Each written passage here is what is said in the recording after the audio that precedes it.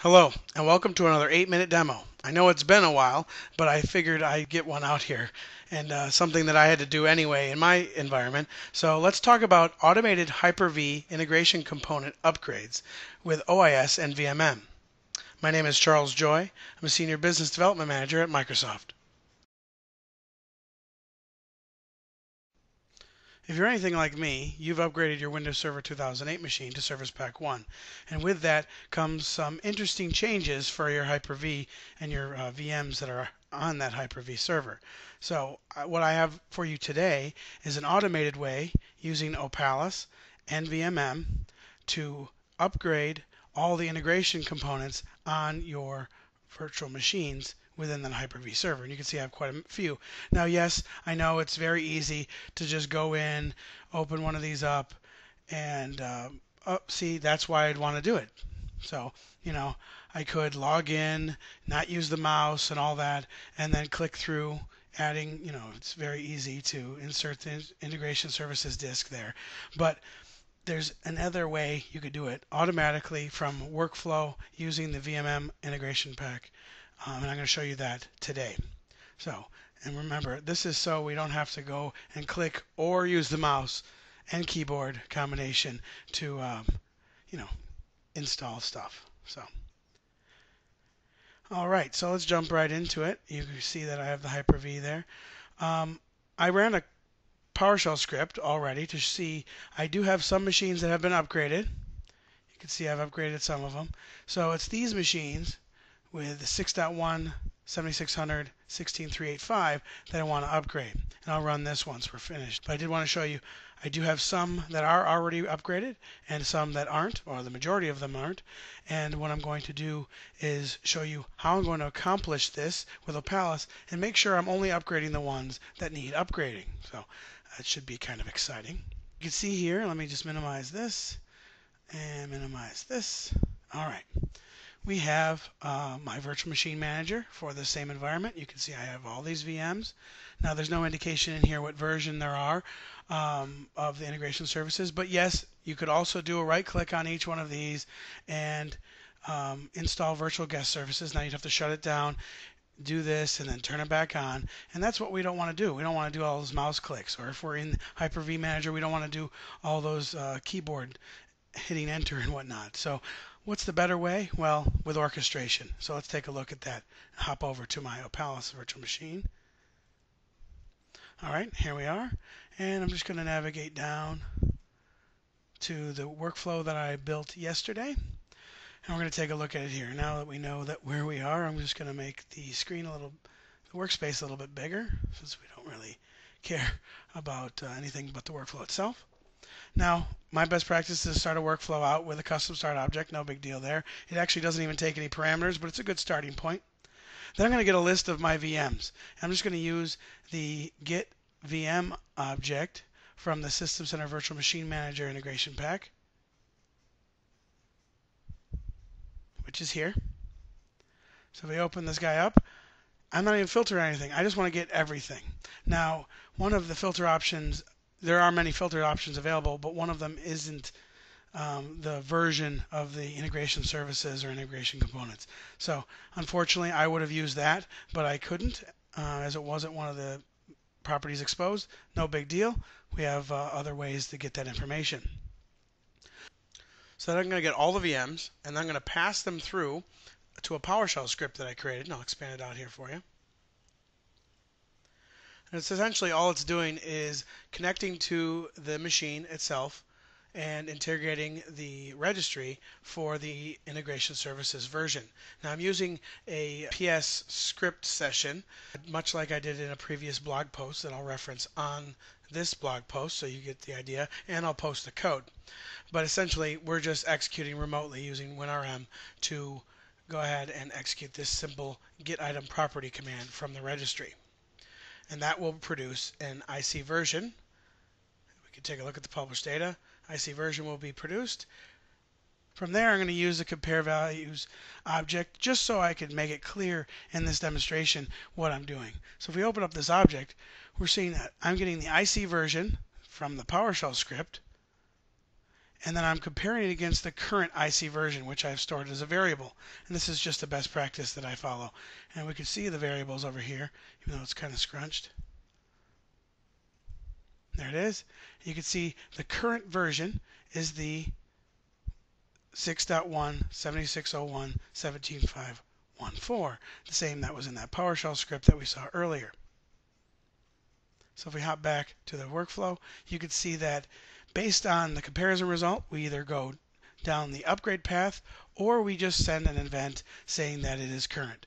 Now, I could have just as easily created a service manager ticket to track all this information and put all that data in there, but for demo simplicity, I am just using the send platform event for Opalis.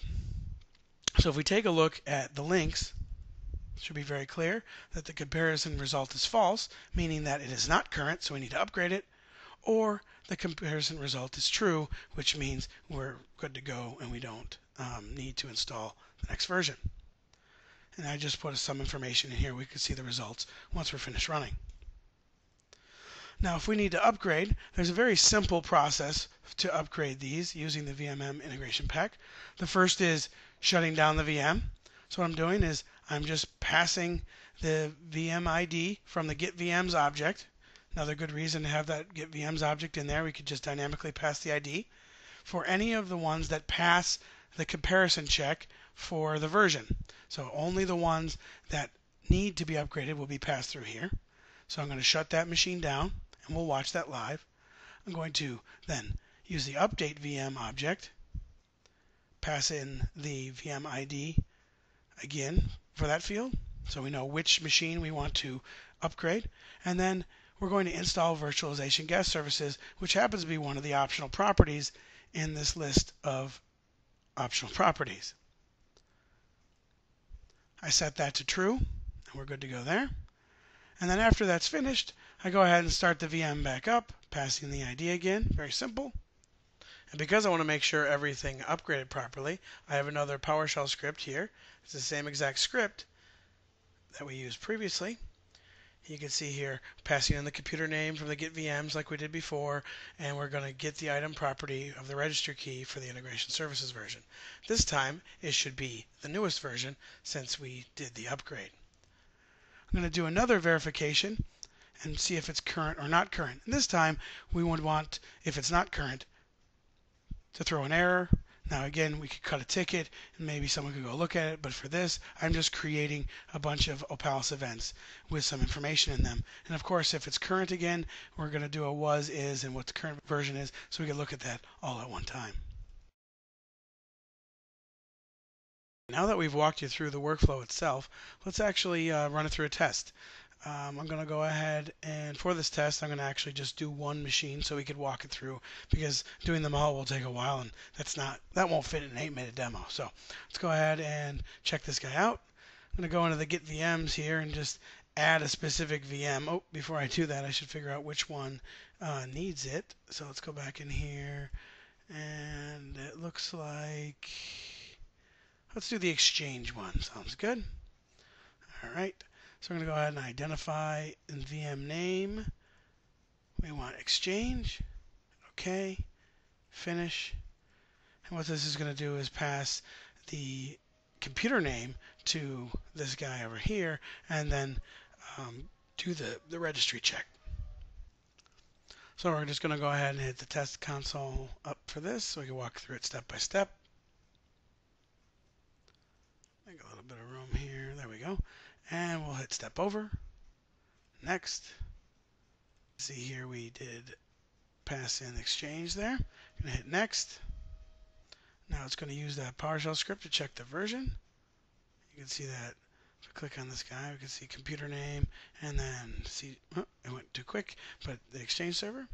Then you can see is its existing version equal to the current version, and they're not equal. So we're going to hit next. And you can see it went down the shutdown path. So we have the ID. We're going to be shutting down that VM. So we're going to pop over to the VMM console so we can watch that. There it is, stopping, and it should be stopping in a couple minutes. You can see now that it has been stopped. So I'm going to go back to the Opalis workflow and we're ready to update. You can see if I click on here, we're passing the ID, we're going to hit next, and then we're going to go back over to the VMM. And you can see it is in the update process. See, it's chugging along there at 75% now, and you can see now it's back to the stop state because it finished upgrading or updating. So let's go back to the workflow. You can see we've moved on. So we're going to hit Start VM. And that probably starts pretty quick. And I caught it. Oh, we caught the very end. Now it's, well, it's running, but it has to boot up. So we'll see that boot up there. We can actually go and check on that. You can see there it's starting up. And it looks like it's ready, so that's good. Let's go back to the Opalis workflow. All right, we're going to go ahead and verify that the current version is on there. So depending on how long it takes to start the VM and all the services and everything, you may want to put a delay or a loop on this object to, check every 30 seconds to see if it's, going to fail or not, because if you're trying to do the PowerShell script against the machine that's not ready, it's going to fail. So you don't want that to happen. So either put a delay between the objects, either in the link, or introduce a sleep.exe using a run program object. It's up to you, or put a loop. So I know mine is ready right now, so I'm going to go ahead and hit next, and it should return back the IC value. We can see that, and you can see that they are equal, so it should go down the green path, and will be complete. And we'll be able to see, there we are, in the results. It was the older version, it is the newer version, and of course the current version of the IC is complete. Is that, and it is now complete. The workflow is not complete. So I'm going to hit next, but this event won't get stored because we're in the testing console. Now keep in mind, all this verification stuff is not necessary. I added it just so you could see that you could do it if you wanted to. I have noticed that if you do this exact process, these three objects, and maybe even get VMs to pass it in, even on machines that are current, it doesn't hurt them. But it will save you time if you go ahead and just filter out the ones that don't need it. Only do it on the ones you do. Whether you verify afterwards, that's up to you. I mean, it's simple enough to go into that machine and see if you could click and use the mouse, as opposed to yelling at you for not having the integration surfaces installed. So, but that's it. Essentially, you could boil this down to these three objects, which are all in the VMM Integration Pack, and just pass in the information you want. The most important one, of course, was the install virtualization guest services set to true, and of course using the IDs as necessary. I would recommend doing something similar to this. I will post the PowerShell and a PowerShell example of this if you're interested, but you certainly don't have to do that. And remember, any of these event objects could have simply been a ticketing system object, whether you're using Service Manager or something else. But lots of options you have here. I just wanted to give you an idea so you didn't have to go and do all that clicking or pressing enter on all your virtual machines. And we could see, and while we go back and run this PowerShell again, and see that the Exchange one has been updated. Obviously we know it has, but we can go ahead and look at that just to round this out. And we can see here Exchange, and it is the new version. Now I got a bunch of other ones that I'm going to have the workflow run on, but like I said, all I have to do is click Start after I remove that filter on that second object, and we'll be good to go. Other than that, let's just pop back over to the workflow so you can get the last view of that. And I hope this was enjoyable for you, and I hope that you learned something, and maybe just one more thing that Opalis can do for you utilizing the available System Center Integration Pack for Virtual Machine Manager. Enjoy. We certainly appreciate you watching. Thank you.